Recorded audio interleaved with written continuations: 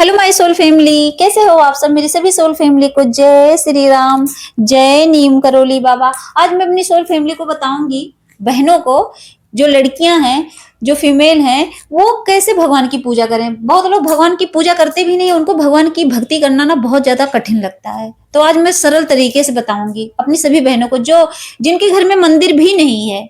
कुछ नहीं करना है आपको, भगवान की एक छोटी सी, कोई भी हनुमान बाबा की छोटी सी भी, इतनी भी छोटी आप एक फोटो ले आइए ना, उससे ही शुरू कर दीजिए पूजा करना।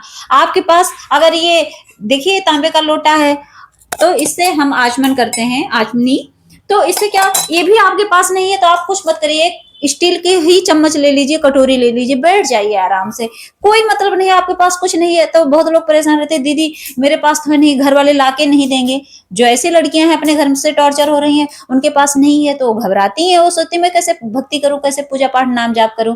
तो आप जब भी नहा धो के फुर्सत पाए, जब भी आपको लग रहा है कि मैं सुबह सुबह 5 बजे नहीं उठ सकती हैं, नहीं कर पा रही हैं, जब नहा धो लीजिए 10 बजे, जब भी आपको लगे कि हाँ अब मैं फुर्सत में हूं, तो बैठ जाइए। बैठिए और फिर करना क्या है, बैठ जाइए आराम से। कोई एक आसनी ले लीजिए। आसनी का मतलब ये नहीं है कि आप पूजा वाली ही आसनी पे बैठिए, कुछ भी है आपके पास शुद्ध एकदम धुला हुआ कोई भी ऐसा कपड़ा जो मतलब कभी ऐसा यूज ना हुआ हो, आप शॉल ले लीजिए, कुछ भी है, बैठ जाइए आराम से, साफ सुथरा हो बस। तो क्या करना है, भगवान की मूर्ति ले आइए, छोटी सी मूर्ति का मतलब फोटो। उसके बाद उसको कहीं भी स्थापित कर दीजिए। मंदिर नहीं है कोई बात नहीं, देखिए मेरे भी तो पास मंदिर नहीं है, लेकिन मैंने ऐसे ही बना रखा है अपने भगवान को। तो भगवान की भक्ति के लिए हर चीज रखना जरूरी नहीं होता है। आपके अंदर श्रद्धा कितनी है, ये मेन मैटर करता है। ये मेन चीज होती है कि आपके अंदर श्रद्धा कितनी है।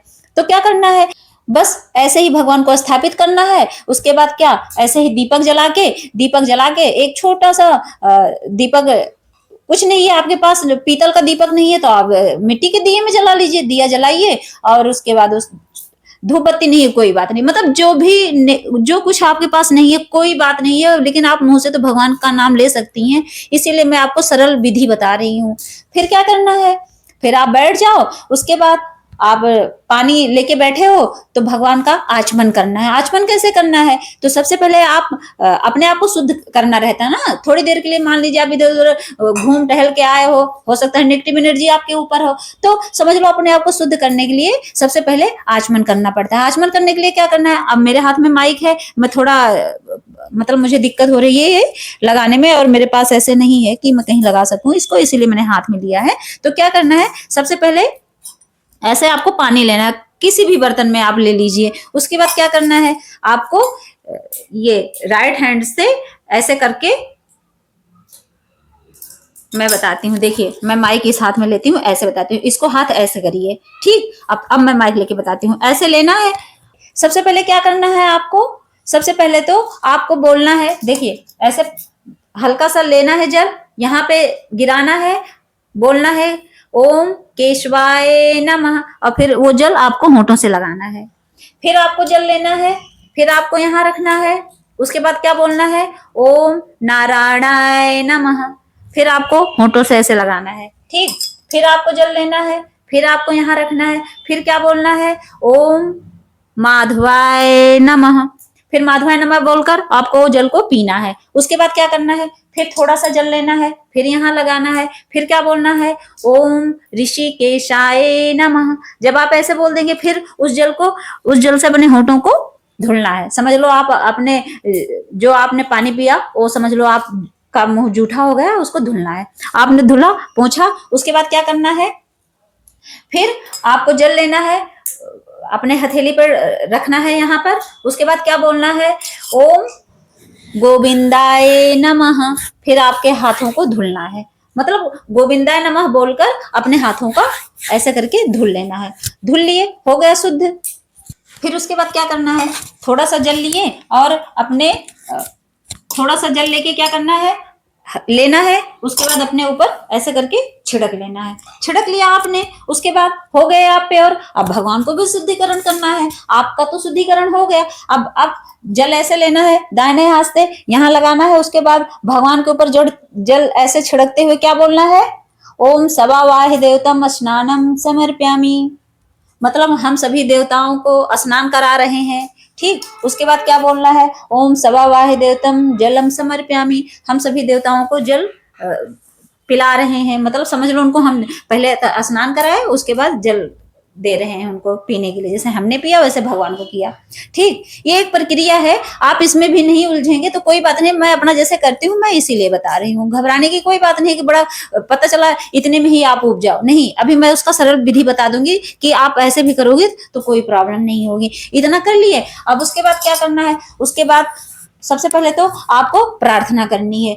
जब इतना हो गया, सबसे पहले भगवान को प्रणाम करते हुए कि उनको नतमस्तक करते हुए बोलिए कोई भी आपको लाइन याद हो भगवान के ऊपर, जैसे गुरुर ब्रह्मा गुरुर विष्णु ये वाली हो, चाहे कुछ भी हो। वैसे सबसे पहले तो श्री गणेश जी का करते हैं, जैसे मैं करती हूँ, ओम गजाननम भूत गणादि सेवितम कपित जम्बू फल चारु भक्षणम उमासुतम शोक विनाशकारकम नमामि विघ्नेश्वर पदपादु पंकजम।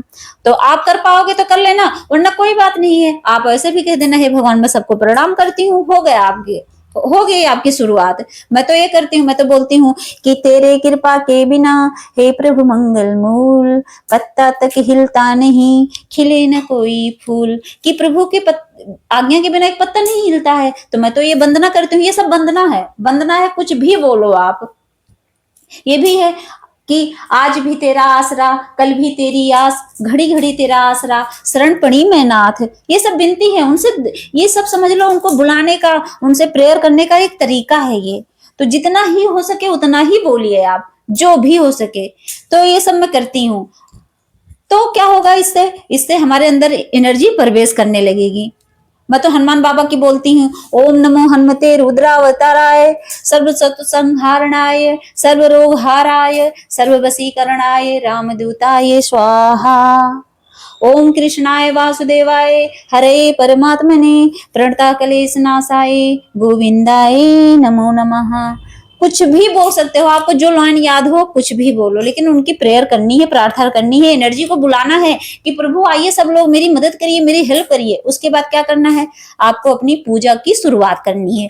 अब चाहे आप माला उठाओ और पहले करो और चाहे बाद में करो, तो मैं अभी आपको बताऊंगी। वैसे तो मैं पहले पाठ करती हूँ फिर मैं नाम जाप करती हूँ। तो पहले ना पाठ करने के लिए क्या करना है आपको, सबसे पहले ये हनुमान चालीसा है, ये देख लीजिए, इतनी छोटी सी है, बहुत बड़ी नहीं है, 10 रुपए की है। मान लीजिए मेरी बहनें के पास पैसे नहीं है, बहुत ज्यादा मान लीजिए उनकी सिचुएशन सही नहीं है, आर्थिक स्थिति थोड़ी खराब है और घर वाले नहीं उनको दे सकते, तो 10 रुपए तो आपके पास होंगे ना। 10 रुपए में आप जाके चाट खा लेती हैं, कहीं मौका मिला तो बिस्किट खा ली, तो बस 10 रुपए की यही हनुमान चालीसा लानी है। इतना तो भगवान के लिए खर्च कर सकते हैं ना आप लोग, मेरी बहनें।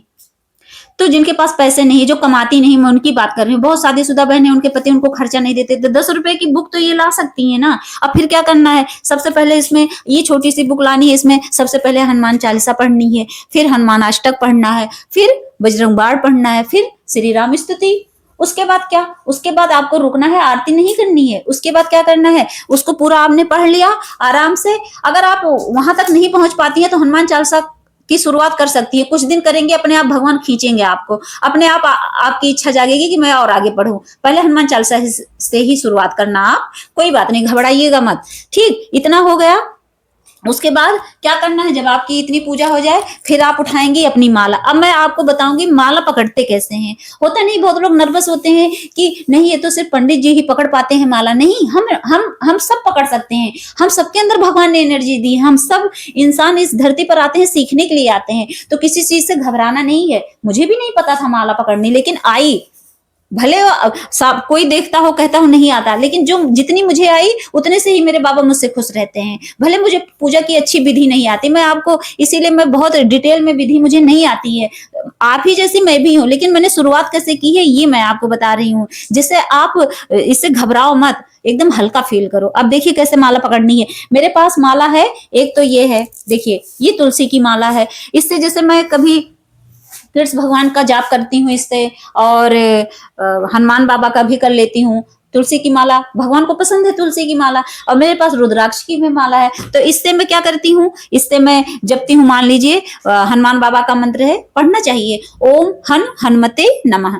तो माला ऐसे करके देखो, ऐसे पकड़नी है, ये दोनों उंगली लेनी है ऐसे, और ये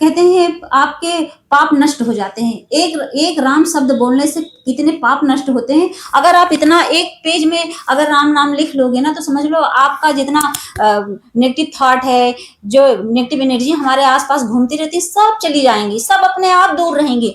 आपको ये नहीं जरूरी है कि आप 1,000 का 10,000 का मंदिर लाइए। मेरे पास मंदिर नहीं है, ये देख लीजिए, मैंने ऐसे ही भगवान को रखा है।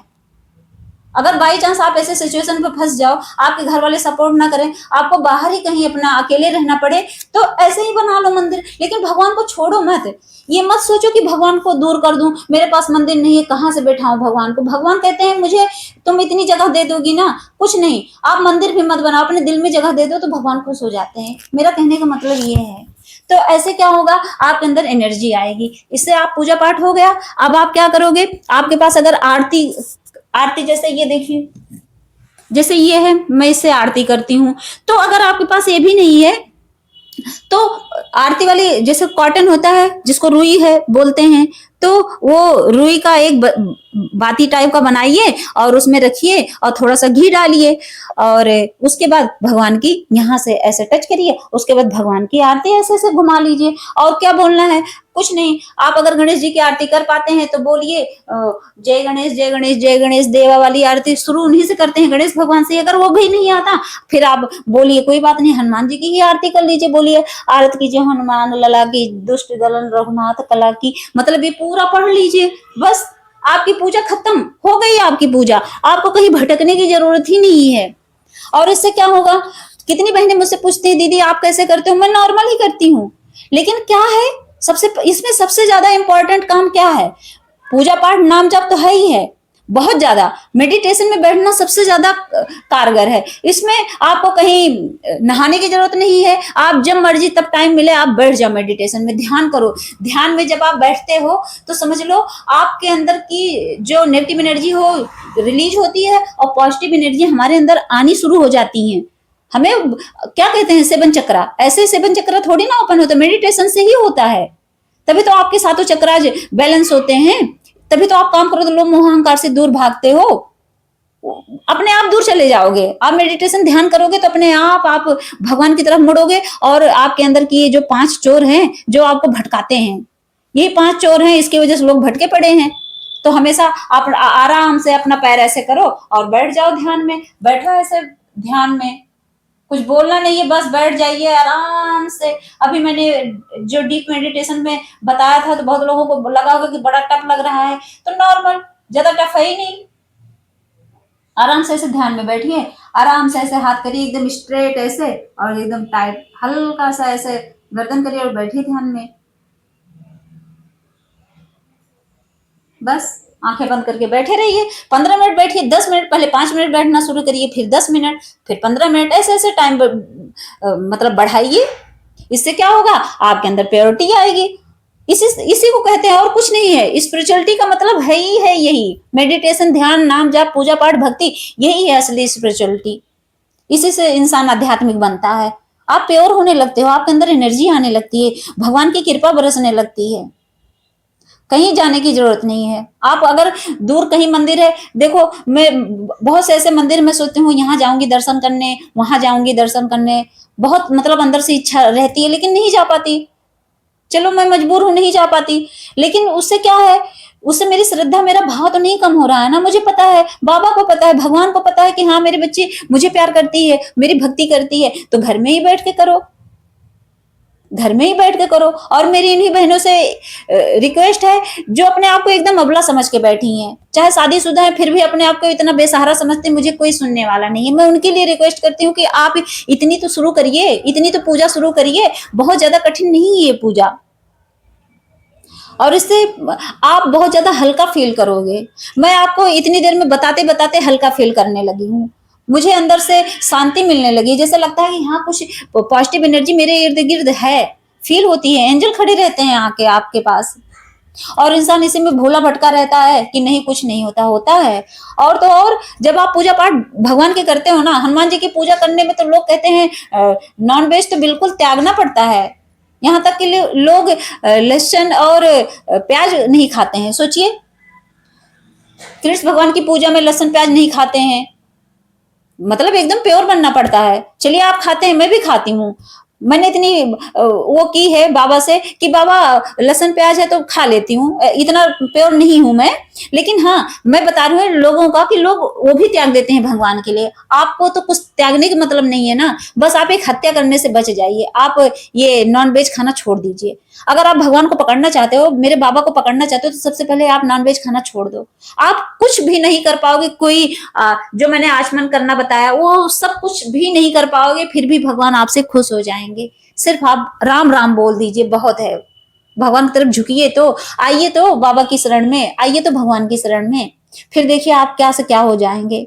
आपके अंदर पावर आएगी, आपके अंदर एनर्जी आएगी। उस एनर्जी को आप फील करोगे। जो मैं फील कर रही हूँ आप भी फील करोगे। मेरे में और आप में कोई अंतर नहीं है। जैसे आप हो वैसे मैं हूं। बस एक्स्ट्रा गुण मेरे में है कि मैंने भक्ति पकड़ी है, आपने नहीं पकड़ी है। बस यही अंतर हो जाता है हम दोनों में, बस।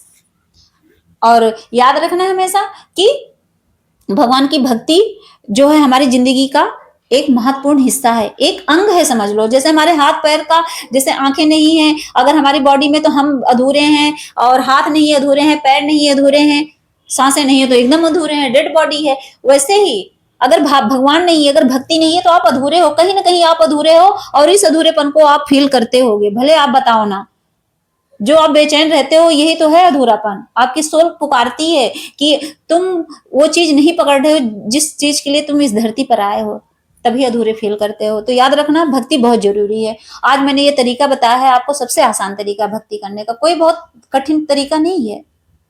और भक्ति पकड़िए और अपने आप को शुद्ध कीजिए। मेरी सभी बहनों से रिक्वेस्ट है। जय श्री राम, जय नीम करोली बाबा।